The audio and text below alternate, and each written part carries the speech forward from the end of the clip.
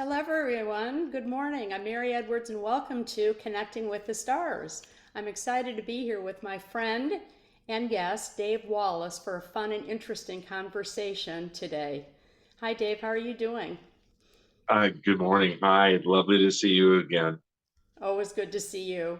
So great to have you here again, and we'll have you many times. Our topic today is Beyond Earth Sentience, part one and part two, which we'll dive into after a brief background on Dave. You'll learn he has a big thirst for learning and exploring and making life more interesting for all those who come into his orbit, as I have briefly when we met this summer at Mount Shasta. He's changed my life, and I'm sure he'll add a lot of value and wonder to yours. So, Dave is a smart, curious, and does love life on Earth and into the beyond as an ET contactee. He got a graduate degree in enology in wine, a bachelor's of thermodynamics, a master's in astrophysics. From the age of 12 until he was 18, he lived and worked with big cats, meaning real lions, following in his mother's footsteps on the Shambhala Preserve with actress Tippi Hedren. He left the seminary at age 18, landing at the Ukiah Research Institute, where he lived for 4 years with theological philanthropist Wallace McDonald. He then attended Fresno State and picked a bachelor's in enology with a minor in thermal engineering. He made wine and cognac and joined the food industry for several years with Mike Burbank, who owned Bristol Farms. Mike was Luther Burbank's nephew. He then met and married Dustin Hoffman's nanny, Alison Kennedy, who was from East Yorkshire in England, so they moved to the UK, where he opened high-end wine and spirit shops and became a specialist, winning awards and traveling throughout Europe and Russia.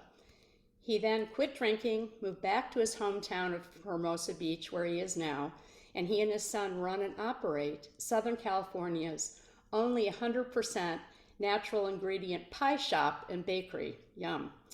Dave loved turning his acumen towards nutritional products and public awareness. He has an open road before him now. He feels he's been very fortunate to have lived many lives in just this one. His meeting sentient species from off Earth was only a matter of time, he supposes. Let's hear about his story of his ET contact and how it happened.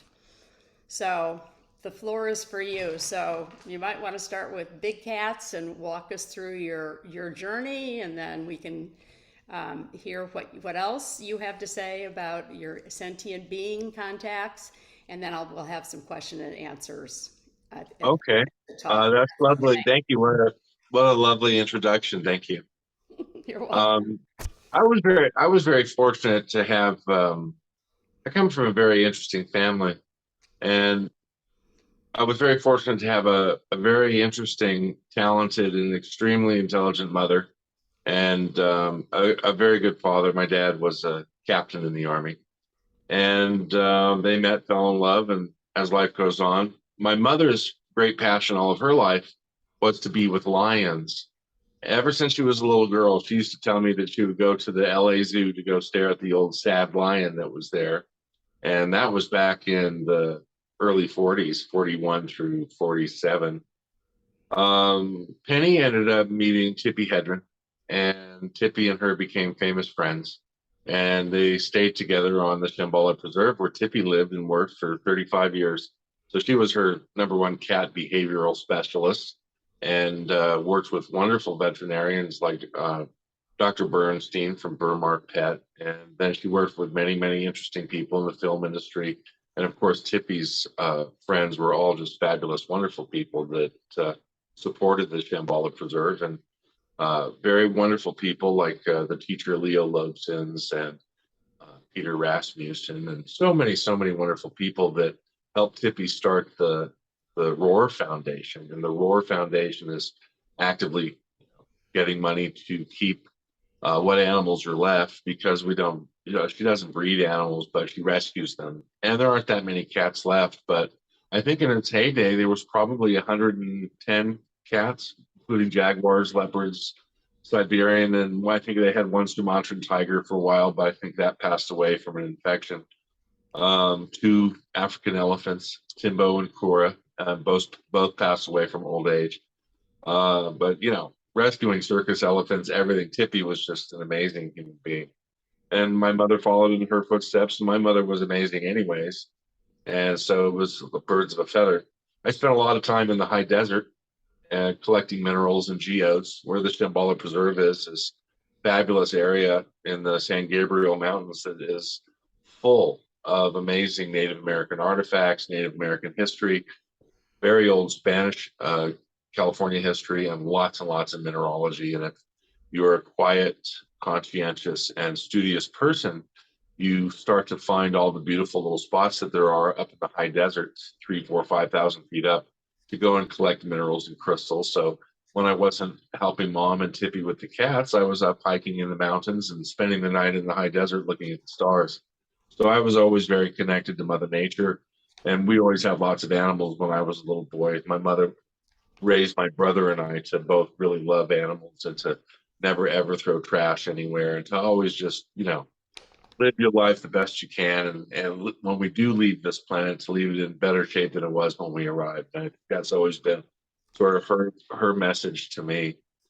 After that, I left for seminary and studied philosophy and theology, things like Teilhard de Chardin and Gurdjieff and P.D. Ouspensky and all the classics. And I was very fortunate. Then I went to Fresno State, worked in the wine trade in Mendocino for almost 10 years, and then went down to Manhattan Beach where I grew up and worked for Mike Burbank. And he was a lovely guy, really interesting fella. But, the Burbank family is just lovely.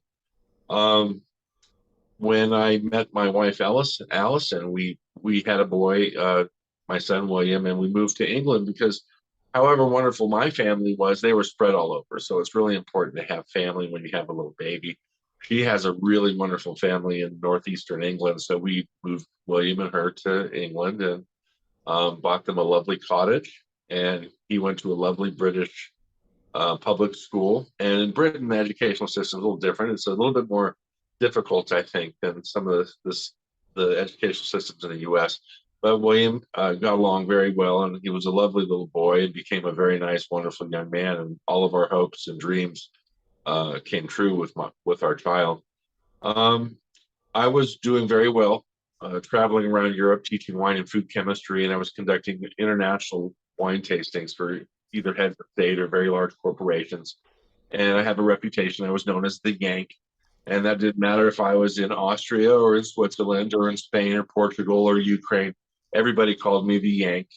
And even in my travels, meeting wonderful gypsies that lived in the Transvaal Mountains or heads of state from the Ukraine, I was polite and kind to everyone I met. And because of that nature that my youthful experience instilled in me, that I was able to get along with everybody wherever I went. And so I've been very blessed to have many different careers. And that was a wonderful experience. I won Spirits Retailer of the Year in 2006, which is the most prestigious trade award in all of Europe. I beat 48,000 specialists in the wine and spirits trade to be the number one specialist in all of Europe. And after that, you just don't go any higher. You just don't. And so I scooped the award and then wondered what I was going to do next. So I began to write, and I was drinking quite a bit. And that's natural when you're in the wine and food trade for 35 years, and that's what you do. But I realized that it wasn't going to be good for my health. And there had been some alcoholism in my family. Great grandfather and grandfather liked to drink.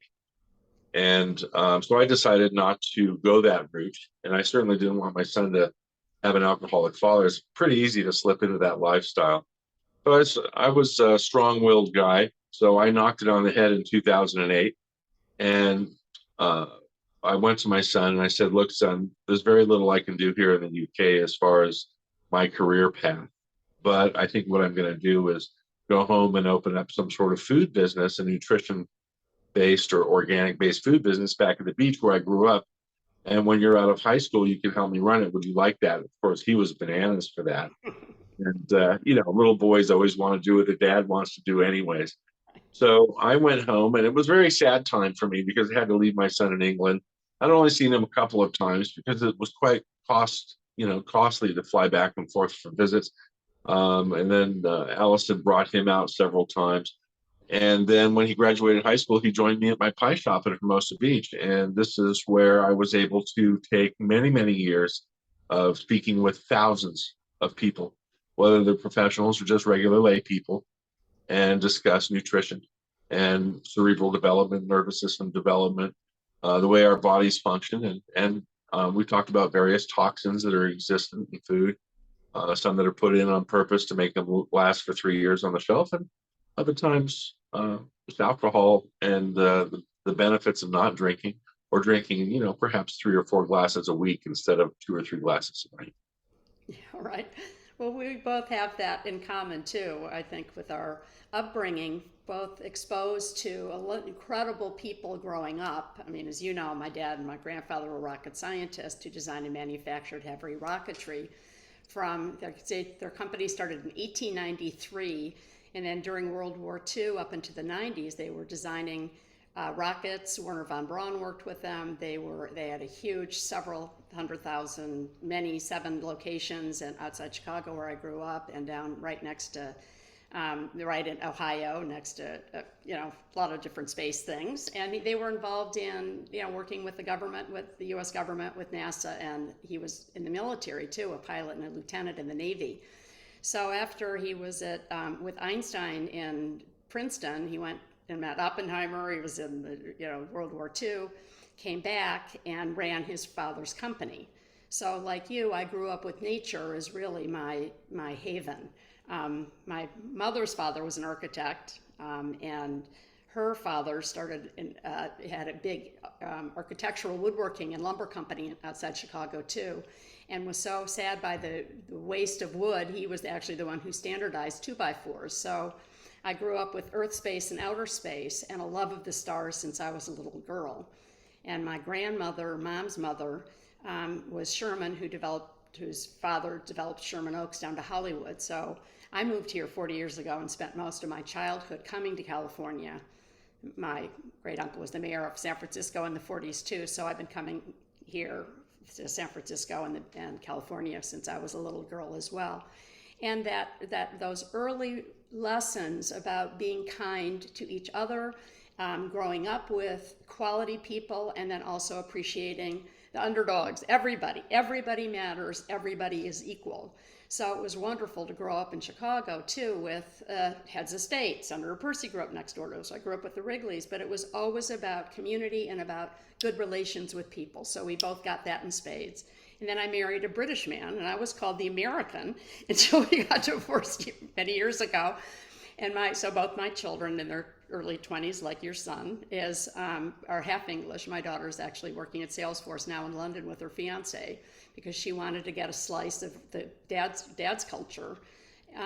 So we care about humanity, and then we both had ET experiences. So it's crazy when we shift gears a little bit midlife, our whole life changes, but there's nothing more important than why we are both here, using the talents and skills that we have, because we all play our part in this shift of humanity. And I do with art and design on planet, off planet, for my 50 years of interior design globally, doing wellness interiors on hospitals and the International Space Station for many years as a contractor. But I think we are here at a time now. We chose to come to Earth at this time to help others, help guide others with whatever our particular skill is, and to sort of spread the love. And both of us were in the 60s. It feels like a real 60s moment at this moment of relocation, renovation, reconstruction, reset and refresh, and this rebellion that we're going through now to just fight for our independence, our democracy, our values, ourselves, our peace, our love, and our unity for all mankind and beyond.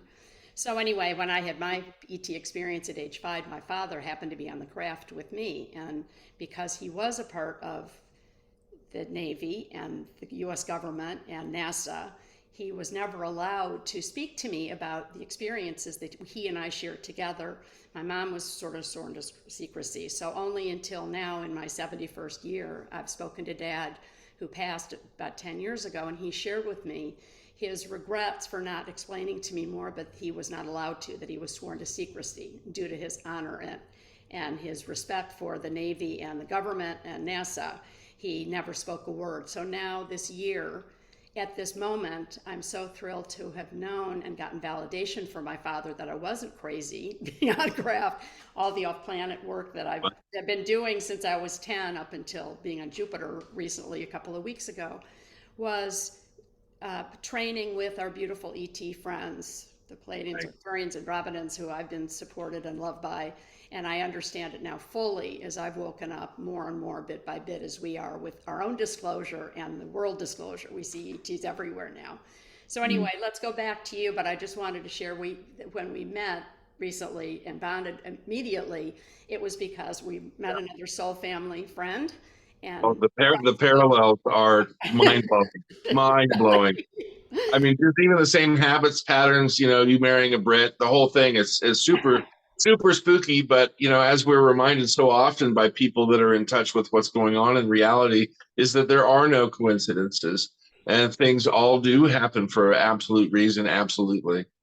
Right, and my second husband was in the wine business, who was a founding partner of Duckhorn, and then we started a vineyard Right. in New Zealand, where we lived for many years. So I mean, the parallels are similar, and also it helps us connect to each other and to others, to help others connect the dots, to understand why we're all here, share our wild and wonderful experiences that are mostly positive, and Well, you we know, have to. but to meet you and all the several people I've met this year too, as our lives change dramatically when we step into this, we want to share with others, and that's why we're here connecting with the stars, and you are a star. And so let's go back to, may I ask you some questions, or do you want to continue on? Why don't you tell us a bit about your story of how your ET contact happened?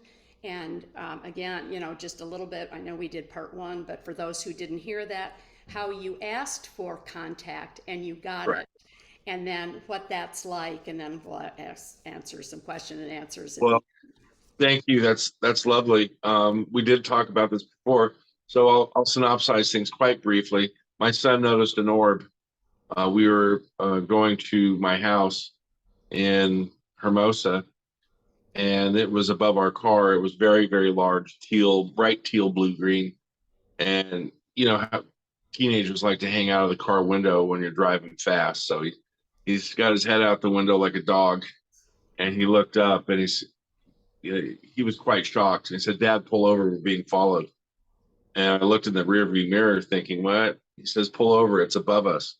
So I pulled over and looked up, and there was this massive blue green bright orb. And this is in the twilight in late summer. So there was purple and yellow and orange in the sky here at the beach in Southern California, down in Manhattan, Hermosa Beach. And there was 5 or 7 golden stars just appearing. But this was obviously not a craft that was designed by engineers on our planet. And I have seen a lot of stuff, and I know about a lot of the stuff that we're not allowed to talk about. But boy, okay, it was unmistakable. I pulled over, got out, we looked up, it flashed very brightly a couple of times, and then shot straight up into the sky. Within a second, it was joining those stars, and you could see it turn into a golden star and travel far out into deep space. My son and I looked at each other, and we did quite a bit of research. We found that most of the stuff on the internet and on social media sites was rubbish. And so we decided to create some sort of mental mantra that was very similar. And we sat on my balcony overlooking the ocean. And we did this religiously every night until ships started showing up.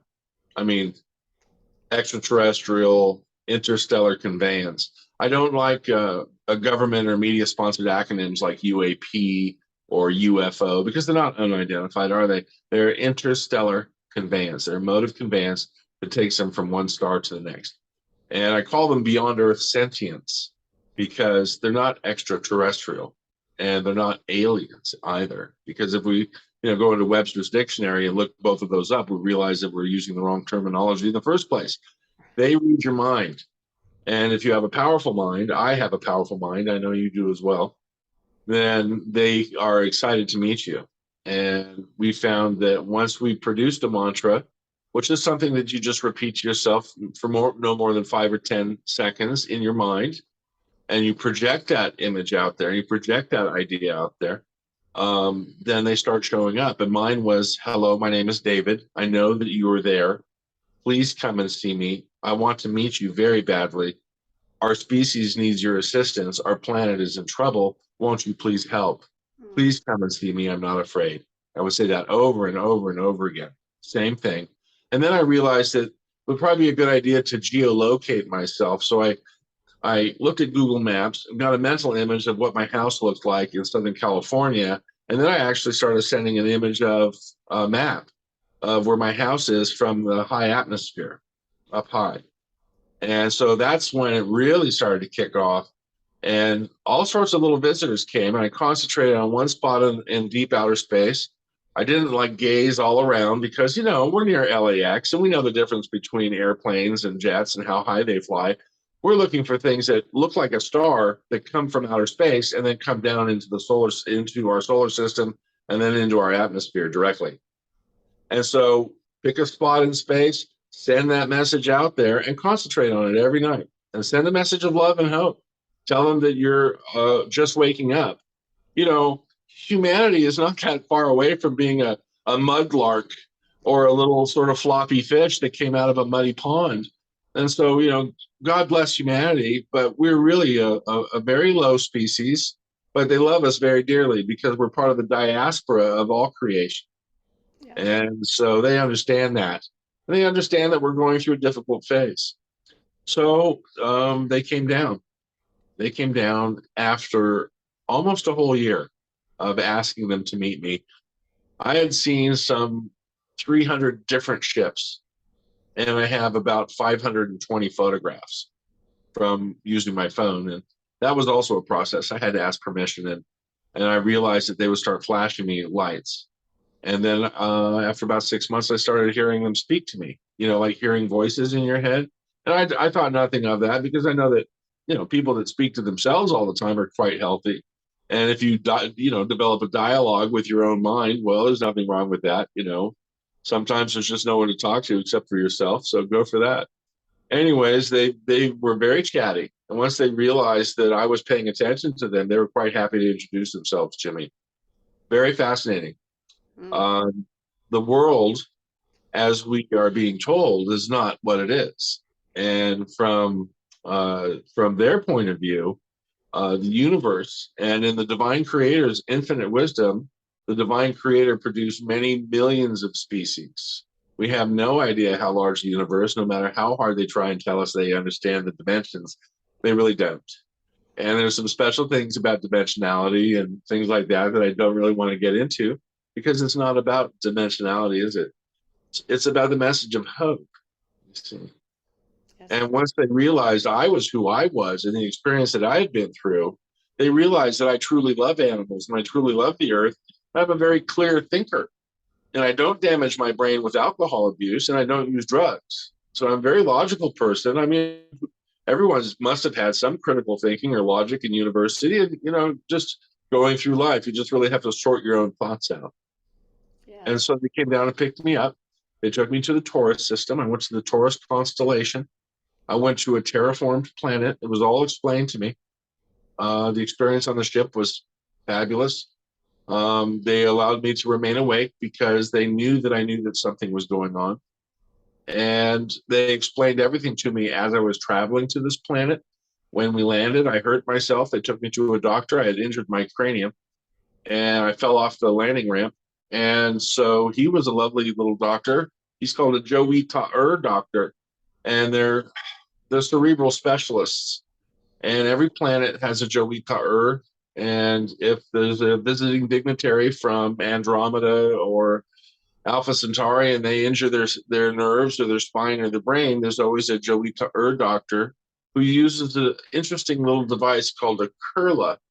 and it's a gold oblong box they place on your forehead with a gold strap, and they initialize it, and it realigns and creates a growth development frequency that repositions and sort of realigns and heals all the damaged nerves while they're working on the part of the brain mass that was broken. And it's a short process. After they had done that to me, I was cerebrally enhanced.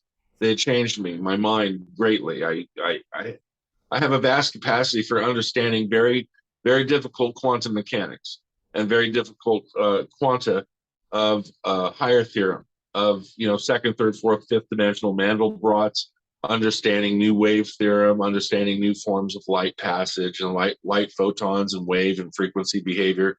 I know things about sound that no other humans really had a chance to think about. These things are all going into a textbook, but we've become friends. And I believe I've sent you some photos of some beautiful little fellows that have come into my bakery and in my home and spent time with me. And they basically turned me into what's known as an ambassador. Mm, congratulations, that's wonderful. What did this craft look like? What did the interior of the craft look like? And what did it feel like? How many were up there, and what did they look like if you see Very large. it? Or... They're very, very large. And they would hold probably 1,000, maybe 1,500 beings. They're the size of about 3 to 4 aircraft carrier. They're round and they're disc shaped. I have a picture. I don't know if it'll come through or not, but I'll hold it up quite quickly. This is the ship as we disembarked on the terraformed planet Bro Kali. Oh, it's beautiful. So how tall are they? Well, there was many different species. The Mm-hmm. one who I'm closest to is named Kim Jim. He's what they call themselves blues, Mm-hmm. and their skin is blue. They don't radiate or glow. They're normal, they're like a very special, delicate Homo habilis. They have 3 long fingers and 3 sort of heavy set, long, big toes. And they're beautiful. They're very lithe, and they have thin craniums with an elongated skull, like a Paracas skull from Chile or Peru. And they have very large blue eyes, and they're very kind. Um, the best hope of meeting one is to make sure that you're never angry about anything. You don't have any hate or anger. You can't be Or fear too, or correct? fear, Yes. right? Because you can't be the kind of person who's professional hitman for the government. They're not going to come and talk to you, and you can't be a thug if you're, a sad person. If you're a drug using thug that beats people up and steals their money, you'll never meet one Right. because they're afraid of us, sweetie. I know they are. Well, they're here to help us. They can't help us. We are here to help ourselves. So we know that. So what was it like? So what was the human ambassador you are, and how many visits have you had off planet? Or Well, I've been okay. So purposefully, I was taken to Broccoli for my education and also for releasing a whole bunch of information. They use us, yeah, and there's a symbiotic relationship. But remember that when they come down and they want to see you or myself or someone else who's a direct contactee, they're using us, and we're part of a specific plan. And they let us know as much of the plan as we can emotionally withstand. yes, Okay, because things are so complex with what's going on. Is if they release all the information to you, you'll go bananas. You really will. So they work with us and give us the amount of information that we can cerebrally handle and intellectually and emotionally handle. I've been off the planet to another planet once, and that was my main trip. And it was 4 hours missing from my home, but it was a 4-day journey. right. When the other times I was off planet were 2 other instances. Hmm. June of 2022, no, June of 2021, June 16th. They came and they picked me up in a very large round ship, and it's called a gateway craft. And this gateway craft has 2 portholes in it, and it can fly anywhere in the universe at very high speeds, but it's for picking up and depositing dignitaries. And it has what's called an ocular gateway and a frequential gateway. Depending on the type of being that you are, you stand before this long tunnel that's built into these fabulous crystal panels that go up about 25 feet and they weigh 150 tons each. And the ocular gateway converts you into the pathway that you need to be directed to. The frequential one, if you're a vibrational being like Andromedans, many Andromedans are vibrational, it resonates a frequency and then you just disappear. And I was shown that. It also had a very shiny mirror-like floor. The other time I was taken away was in a similar ship to the Gateway craft, only there were no gateways in it, and I was zipped way out into outer space past the Southern Cross. However many light years that is away, we got behind it, and when we see each other when you come down to LA, I'll show you photographs of the inside of the porthole of that ship, looking at the backside of the Southern Cross, and yes, it's very special. I have pictures of them on board, and I have photographs of the Gateway craft and the ocular device and the frequential device. They've asked me to be the person that helps change the mind of very good mainstream scientists that I trust. And so they've allowed me to keep these photographs. At any time, if I misuse my relationship with them, all of the information they've given me will not only be taken away from my mind, but they will also remove the physical evidence off my phone. So I have a Well, very powerful. there's a trust, a huge trust that we have. My father, who I've been talking to all year, I said, "Why you?" And and he said, "I was with Werner von Braun at age 32 at Area 51, looking at materials from the crash." And I said, "Well, do you feel like you were tested?" He said, "I was tested every day for my integrity. I never. That's why I couldn't tell you, Mary." Neither of my sisters or my mother were involved with that. He said, I got the wiring in the family to carry it on. Both my kids have some of that, like yours does.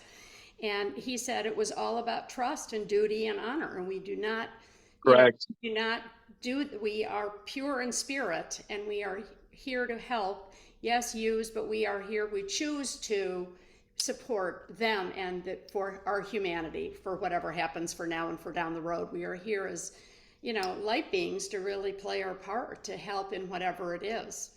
We are.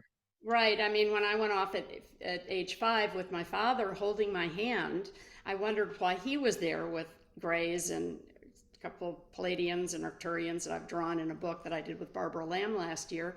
And it was amazing going, what the heck?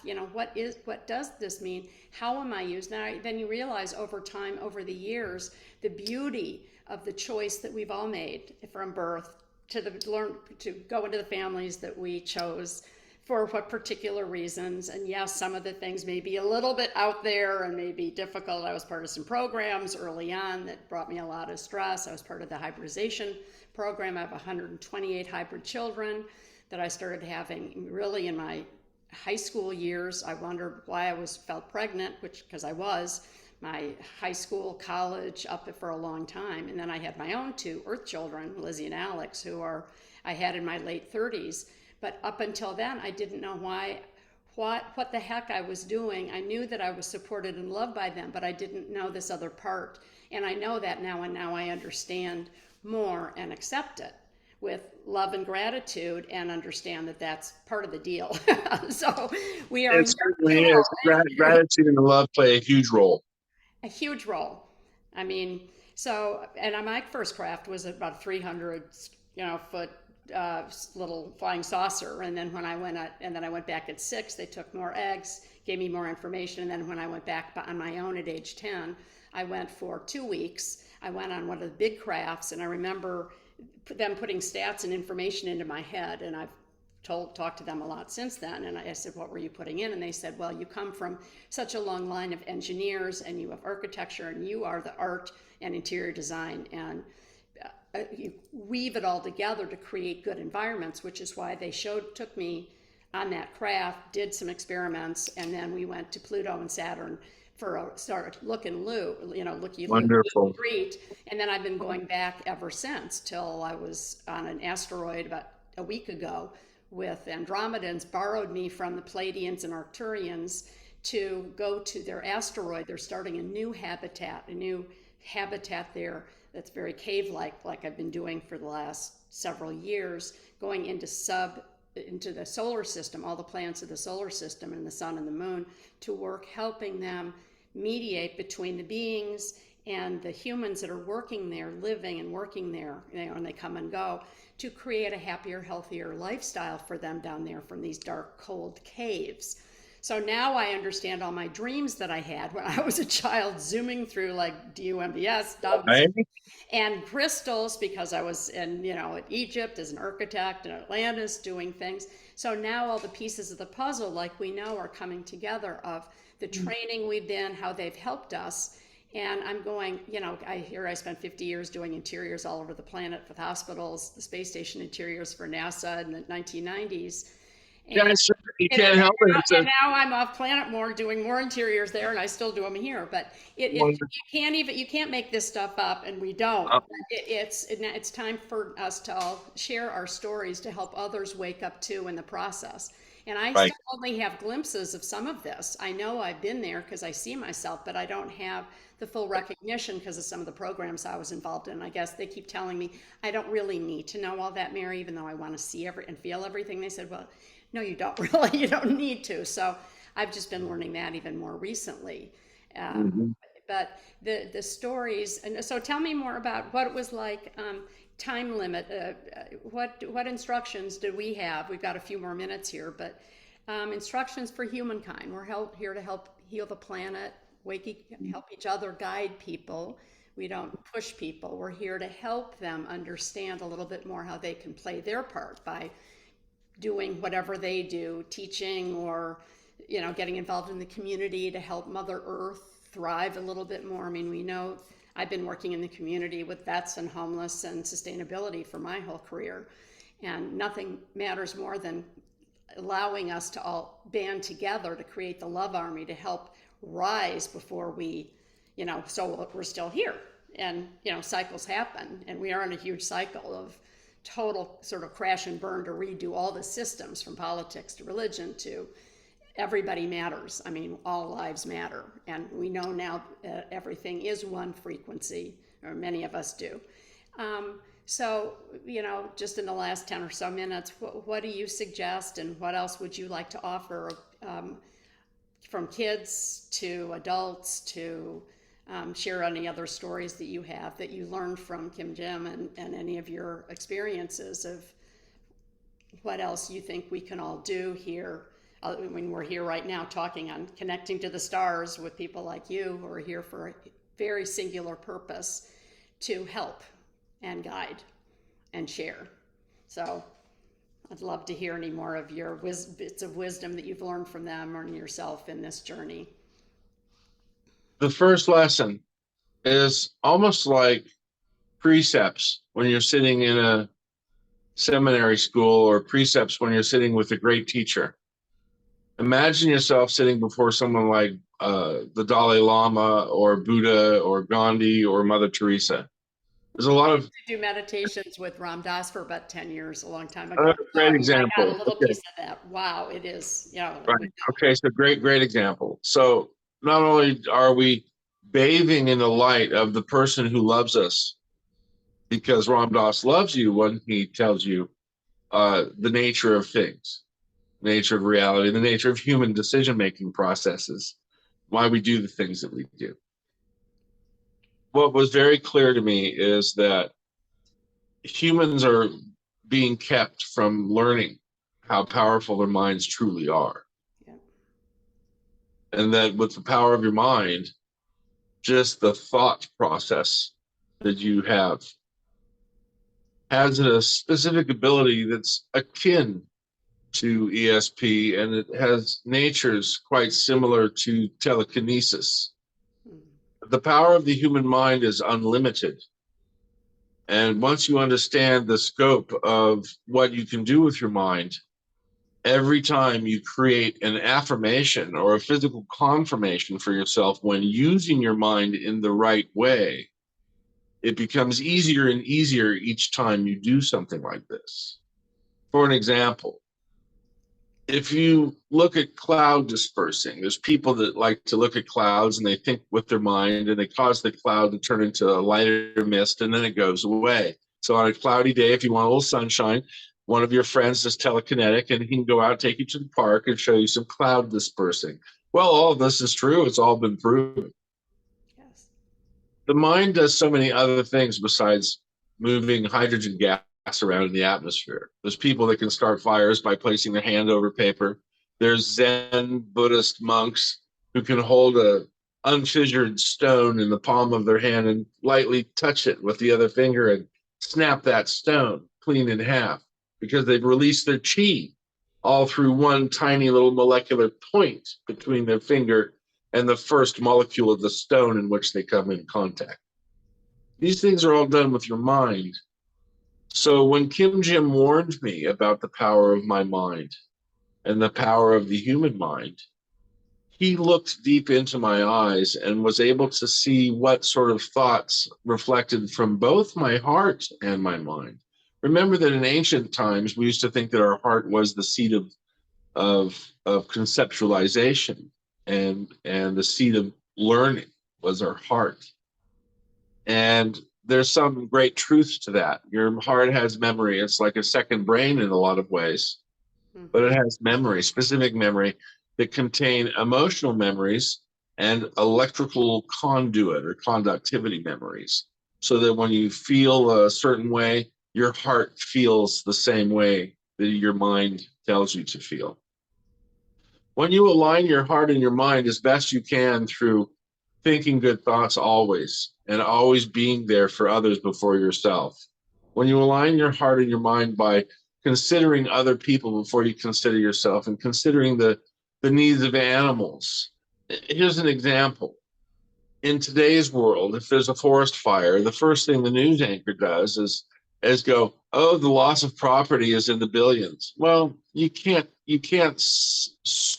surmise or sum up the value of the loss of little animals and trees and bears and cougars. And we know Those that things, particularly in California because we've been surrounded right, with this. right. And And we so, know that the horses and the dogs and the critters, right. down to the chipmunks, all need that security too, and they're getting it here. So I Getting don't it. want I don't want anybody to be embarrassed because they're not thinking the right thing. I'm not here to penalize, but as an ambassador, I'm here to remind you that your higher self is attainable by connecting your mind to your heart. Yes. This isn't just about considering source and listening to the voice of love and connecting to your ancestral spirits or common sense. This is just you connecting your mind to your heart. Who cares about a car that caught on fire? What about that mama bear and her cubs? Right. So I don't want people to feel bad because they're not thinking the right thing. I Well, want they're people learning. to, We're all learning it together, right? That they're right. every, It's oh, we're all sentient beings. Every blade of grass, every correct. rock, every fly, Everything. everything Right. is So on there, and this is beautiful line of frequency, right? the And second precept. The second precept is that everything on this planet that has been produced by the universe and by Gaia has a right to exist and must be respected. And once you respect stones and blades of grass and little moths, butterflies, ants, and pigeons and everything, then you connect your heart and your mind to those things. And then you feel more like taking responsibility for those things rather than talking about your rights. Perhaps we can get people to talk about their responsibility to the planet. The third thing that they taught me was that thoughts are things. And just like my great grandmama used to say, girder your thoughts, for they shall follow you throughout your days. And, you know, it's really true. Birds of a feather and like minded people and whatnot. You should always be kind and always think nice thoughts and never look down upon others and always do your best. There's an old saying in my family. I used to say it all the time. It's noblesse oblige. You just have to be, you know, if you're educated and you know the difference and you're a person who is emotionally hurt by things when they go wrong and you're a person who is intellectually saddened for humankind, then you must act upon noblesse oblige. It's the obligation. It's not that I'm nobility, but it's noble in gesture. noble in thought. And I grew up with that same thing. And Mom always said, who passed Right. a couple of years ago at 98, basically on her deathbed, remember, Mary, always it's 98% positive attitude. And we pick and choose Correct. people, our furnishings. I've spent my whole life telling people, use natural materials.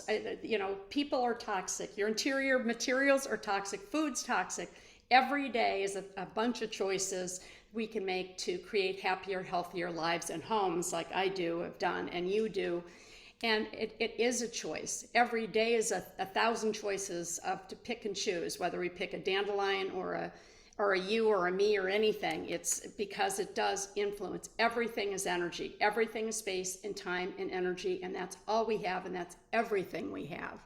But Well, that's I think beautiful. that's, Those are good laws. Those are good rules to go by, and I think well, I'm everybody. not right. Right. I'm not saying that I created them. Okay. Oh Thoughts are no, I things, know that. I know very that. old precept. But my job, my role as an ambassador is to remind others that they are their better self Right. and they don't have to feel bad. And I know that life's not kumbaya and every day I feel like hugging a tree, but you know what? It can be. Because we wake up every morning like everybody else does. We all have to do the same things when we wake up and we go to bed. And Right. the positive thing is the rise is happening. People are choosing. The COVID was obviously a very That, stressful. We saw a lot of loss. that's the Force word, people choose. home. Pardon me?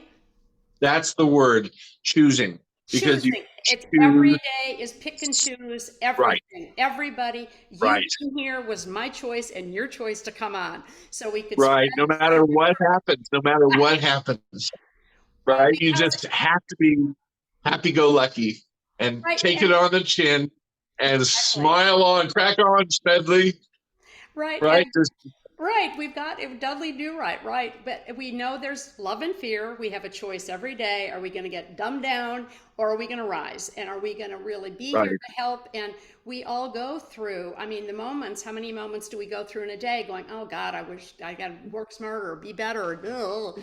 My brain drives me crazy too. We all have to shift because each thought is real. It is, if we don't make intentions, if Right. we don't manifest things, and I've dropped a lot of the people I know, not that I'm any better, I'm just in a different path now than I used to be, and it's been going on for long and long. Mhm. I want to be around like-minded souls more than ever. And I was in Sedona all weekend, and I said to my friend that I was staying with, who's incredible, I said, let's do a vision board. And she said, I haven't done one in a long time, and I said, I haven't either. But when I taught art to kids, I do interior design, I teach art, I'm teaching a mental health class today, because our mental health professionals need help to de-stress and connect and create too. We all need beauty and love and positive people, and those times out where we can just go for the walk, which I do at the beach every day, like you do, to Right. reset and regroup. But it is all about choice, and it is about accepting the pain. I mean, a lot of us have been through hell and back in certain ways. We've all had struggles. As I told my children, as a older mother with young children all by myself for the last basically 30 years, I said, I call it strength through struggle. We will always have, I've had money, I've had a lot of money, I've had $500 in my checking account. I was terrified being a single parent.